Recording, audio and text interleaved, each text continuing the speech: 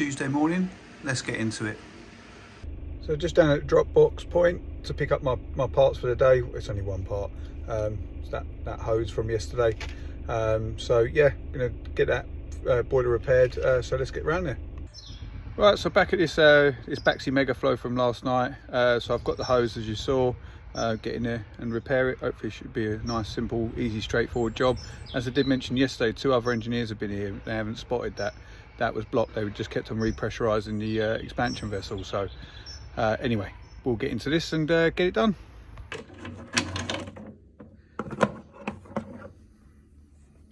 David Lloyd actually pay them an extra wage to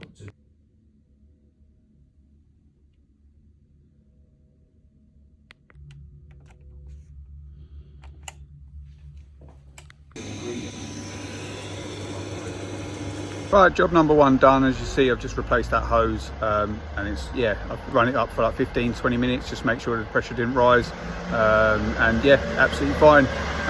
So this is the old one, and basically, yeah, you'll be able to see now it's literally completely blocked. I mean,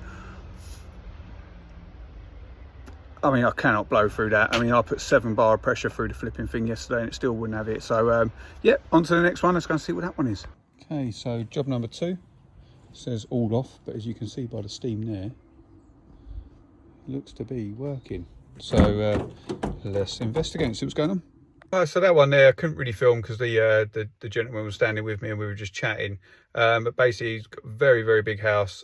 He's got underfloor heating, rads, towel rails, and obviously a 300 litre cylinder. And he was saying that all summer long it was working absolutely fine, and now that he's put on all the heating, and the cylinder was only on for half an hour in the morning, half an hour at lunch, and then only for like an hour or 2 in the evening, trying to conserve energy and stuff. And I said to him, look, I'll be honest with you, I don't think that's enough time to heat the cylinder, especially as there's 5 people in the property, you know, all having showers in the evening. By the time you come to the morning, and then you've got all your heating on, etc., and the boiler was only a 30 kilowatt. So I think it was, you know, at its maximum capacity, it wasn't able to do anything more, and half an hour for a 300 litre cylinder, in my eyes, wasn't quite enough, especially with everything else going on at the same time. So just advised him just to bring the time on earlier, or just allow it to be on longer on its own, to actually heat the cylinder itself. So yeah, hopefully won't hear anything back from that one, but the 2-port was working fine. It was circulating lovely. There's no problems with it in that regard. I just think it was down to timings. So we'll get on to the next one. Right, so just pulled up to the next one, and on the phone on the way here, basically the boiler was serviced a couple of weeks ago, and now the tenant is saying that the boiler doesn't hold pressure. Right, so on this one, report of loss of pressure, and it keeps on dropping. So PRV, he said the PRV is leaking outside. Expansion vessel is going to be full, so I'm going to repressurize that. Got my drain hose on, going into my bucket, and yeah, we'll get this all sorted out now.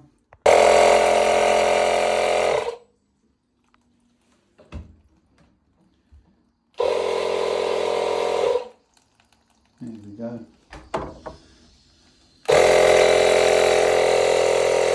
Right, so it's holding nice and stable at 1, and yeah, so I'll just close it all off, and then replace that PRV.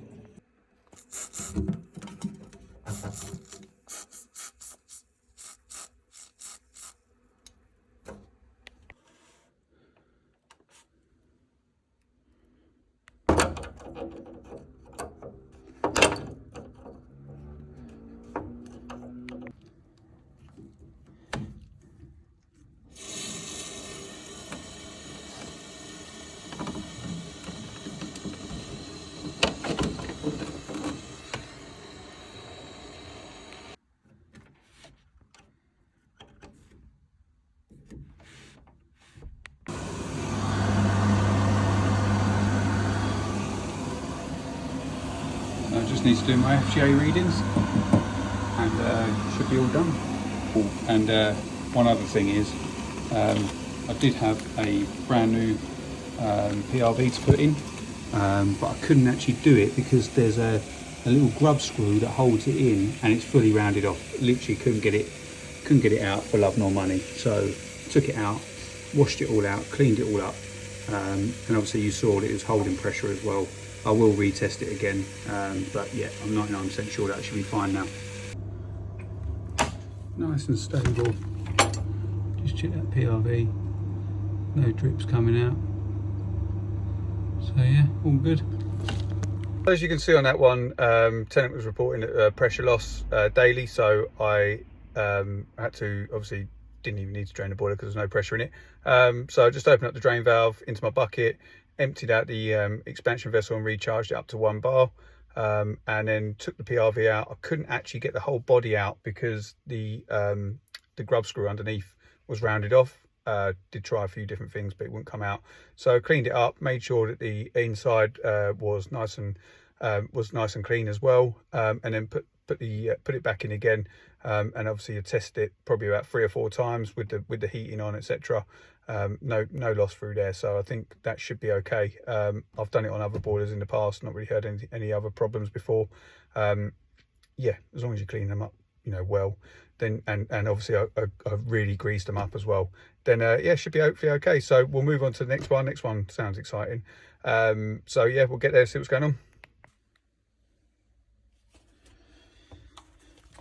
Okay, so I'll start off with a tightness test and then make sure everything's okay.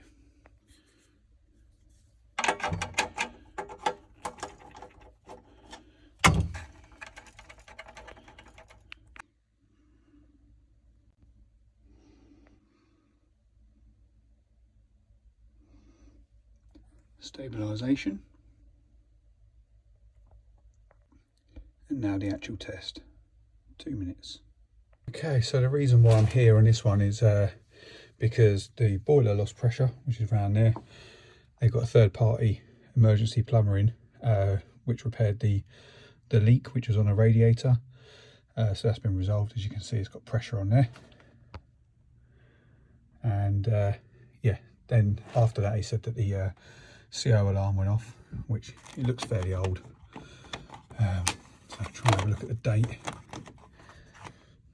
So there's no date on there, but obviously what I will do is give the boiler a full check over, check all the seals, etc., do a room sweep test, and then put a new one on I've got here, and ask them to monitor it. Right, so as you can see, it has got the sight glass in there, and it doesn't look great, so I will change that over anyway. But first off, I'm just going to do my emissions checks and make sure everything's okay in that regard. There we go, so new one's in. I've already done my high and lows, so now I just need to do a room sweep test with the case on. Right, so as you can see, it's just in siphon fill mode. I've checked my maximum minimums already. I'll just let it go through this mode for a little while and bring itself back online as normal. I've supplied a new CO alarm, and I've carried out a room sweep test. Obviously it's not very big, so I've left it in here for 10 minutes with 0 ppms. Even Cadent couldn't pick up any ppms either when they arrived. So yeah, just supplied that. So hopefully it was just a dodgy meter, or the batteries were low or whatever, but it seems to be running fine. Next one, and as you saw, the last one was CO alarm went off, but obviously I've replaced the electrodes anyway as part of the course, because you meant to. So yeah, just pulled up at the next one, and the lady's saying that the boiler is staying on, even though the demand is taken off. So I'm assuming it's probably going to be a stuck 2 port. So yeah, we'll get in there and have a look and see what's going on. Okay, so the body looks new. You can see it's moving nice and smoothly, there's no problem there. But this is stuck in heating mode, even though that is off. So let's turn it off, see if it retracts. Okie doke. Then we might have to get into here, see what's going on. So put the power on, and you can see straight away it's trying to go straight across, even though there's no demand. So take that off, and it goes off. So I'm thinking that it's this that's the fault. Right, so I've just replaced that over, and it's not moving across now. No demand, so now if I give it a demand, You can see it's moving across. Take the demand off and then back off again. So yeah, so it was the old timer that was faulty. So job done. A lovely easy job there. So basically I just went with my gut really. I kind of just had a feeling that it was the time clock, just looking at the age of it and stuff like that, and just what was going on really, that it was on all the time, and the zone valve was nice and free. The head was fine. As soon as I turned the power off, it retracted back. So now I was kind of like, well, it's got to be that time clock keeping it on. So I just replaced it over, because it's, you know, 2-second job and I've got one in the van. It's worth just, you know, whacking it on and just seeing what happens. But I did kind of have an inkling anyway. So we'll get on to the next one and see what's going on. Today's a busy day today. I've literally, I don't know, 8 or 9 jobs today, I think, something like that. So yeah, busy day. I just pulled up to the next one. Not too sure what this one is, but it does say in the notes radiator. So let's see.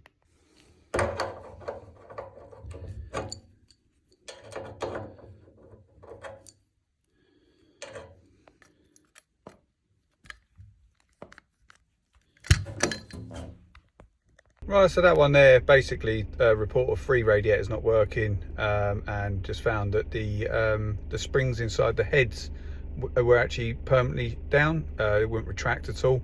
I'm not sure if there's a fix for that. I'm tempted to actually take one apart and see if there is a way that you can repair it, but I know obviously once it's sprung down and it's not retracting, then yeah, it's not going to work. So yeah, replaced 3 of them basically. So lovely easy job, not going to complain. And they're all working, so the customer's happy. Let's move on to the next one. Just pulled up to the next one, and someone's replaced the heat exchanger, done a major job on this boiler, and now the tenant, or the lady, sorry, has reported that the boiler sounds like it's going to take off.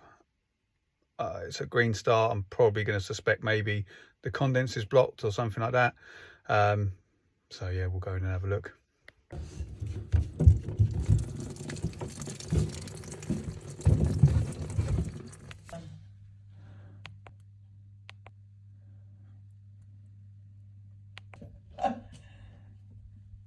What did we do? So on that one, obviously, as you saw, it was a block condense under the sink, very common. All I would just suggest to any newbies, etc., is listen to what the customer says. Ignore any backstory that goes on, or any slagging off of the previous engineer, or he didn't do this, he didn't do that. Just listen for keywords. So, you know, the boiler banging, making a gurgling sound. As soon as they know that, I don't even need to open the boiler. I know exactly where to go. So that's just a little tidbit of advice. Let's move on to the next one. Mad day. Just arrived at the next one, and it's a glowworm. And it's saying F5 fault code, so that's overheat, I know that. So yeah, I'll be looking at system, pump, and just seeing what's going on really. So let's get into it. Okay, so on this one, boiler's coming up F5. I've turned the power off at the minute, but number one, Freeport is jammed. It's had 2 new pumps in the last week. They're still losing pressure, even though it's had a new main heat exchanger, new expansion vessel, pipework's been all gas checked by a dyno rod, and there's no leaks anywhere to be found. A little bit baffled, but I'm going to start with obviously the F5 fault. With regards to the pressure loss, I'm going to show you something on the expansion vessel which is a bit naughty. So I've topped the pressure up.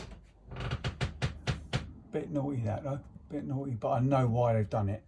Well, apart from the fact that there is no outlet to it, but I think someone must have done it because of this pressure loss issue, but I can't actually see where it would have been piped up to beforehand. So whoever installed it has done a bad job. So as you can see, oh, it's eased up now. That was stiff a minute ago,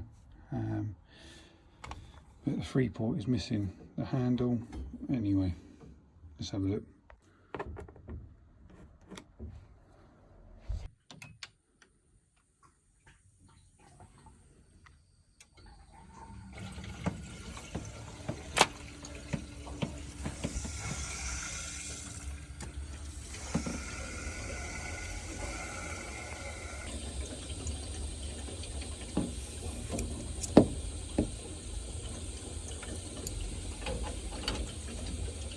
Right, so it's running smoothly. I'm going to go around, vent all the rads. As I say, it's had a new pump. There you go, you can see the temperature rising very quickly there. So let's see what's going on. That may be why, 'cause it's full of air. When the bleed screw is rounded off,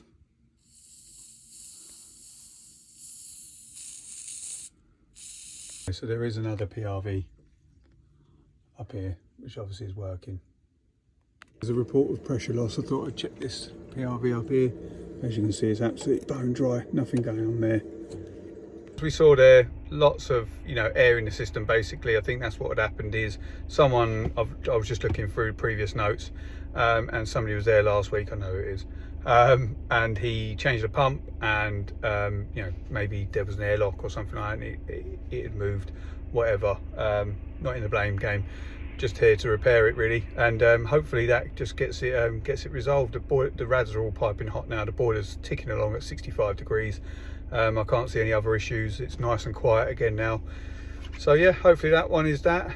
I'm going to check now, see if I've got any more. Hopefully not. Right, so that's the end of another day. As you can see, it's getting a little bit darker outside now. Hope everyone's enjoyed it again. If I'm doing too many, please let me know, because I was thinking about maybe just doing this whole week, just one a day. If I'm doing too many, let me know. If you've got any tips, pointers, that's what comment sections are for. If you're not already subscribed, then please subscribe, and try and get me up towards that 1,000 mark. It's been moving steadily, so I'm very happy with that. And yeah, I'm going to keep on going, and let me know if one a day is too many. Let me know, guys, please. Have a good one. Bye. Hi all. Yeah, I've been asked by a few people to give a bit of an intro to myself, the work I do, my background, etc. So obviously my name's Chris. I do insurance work, so yeah, and if people haven't guessed it, I'm a subcontractor, and basically obviously I get paid per completed job. Okay, so that's how I do it, and this is why I try and spend as much time as I can on, sorry, that was a phone call coming in, on jobs, and I want to get the job completed. Yeah, I don't want to be one of these people that gets recalls. I'm currently 2 years into being gas safe. I spent 1 year pretty much just doing servicing and system work, and I'm pretty quick at system work, pumps, valves, etc., all that sort of stuff. Had to be, didn't have a choice. I was doing 12-14 jobs a day, and yeah, prior to that I was a plumber for 5 or 6 years, doing domestic work, for letting agents, for members of the public, etc., all that sort of stuff. I've not done social housing yet. Will I? I don't know. It depends. Obviously I've done my commercial ticket as well. I'm still looking into that possibility in the future, but right now I absolutely love what I do. Really enjoy it. Every day is a new challenge. You never know what you're going to turn up against. So yeah, it really does make the day interesting. As you can see, quite a hard worker, like I think anyway. I try and get through my day as quick as I can, but efficiently. I want to be nice to the customers. I want them to remember me and stuff like that. And I do get customers that ask for me specifically, which is always good, and it looks good on me. But also, like, so previous to that as well, I was a landscape gardener from 18, 19 till I was like 27, 28, and I retrained at 27, was going to evening school. I'd lost my license at that time. Yeah, I was a stupid boy. Yeah, I'd lost my license, and I went off to Australia to try and find myself. And I came back to become a plumber, to go back out there. That was my initial thing, to go back out there. Didn't realise how much you need to learn. Still bloody learning, so I don't know when that's ever going to happen. But yeah, that's a little bit of a background to me. I'm now 37, coming on 38. I've got a little boy, and a missus and stuff, and yeah, that's me. People have asked a little bit of a background about me and what I do, and but yeah, going forward, I don't know where this is going to go. I have no idea. I hope it's going to go somewhere. I really do enjoy doing it. I hope everyone enjoys watching, and I know I can babble on. I know I can. I'm really sorry, but I just enjoy it. I do enjoy showing people as well, like what I do. I don't know anything. I really don't know anything. I just know enough to get me by, if that makes sense. Like I've hammered like videos watching stuff. How do I learn? No one's taught me anything. No one. I've just literally had to pick all this stuff up myself. But you know, I put a lot of time in the evenings, weekends, all that sort of stuff. I've put so much time into all of this, you know, to get anything of, you know, because I want to learn. I want to be, you know, relatively good, and I'm hoping, you know, my son's only 5 years old now, but I'm hoping when he's older he might want to become a plumber, and you know, I can pass all of my knowledge and onto him, you know, and that's one, you know, dream of mine. I'd love to be able to show him all of this sort of stuff, and I hope, you know, some of you guys out there are learning bits from me, you know, just little bits here and there, and you know, and me explaining things does help. But yeah, that is a 4-minute ramble, so sorry guys. But yeah, please like and subscribe.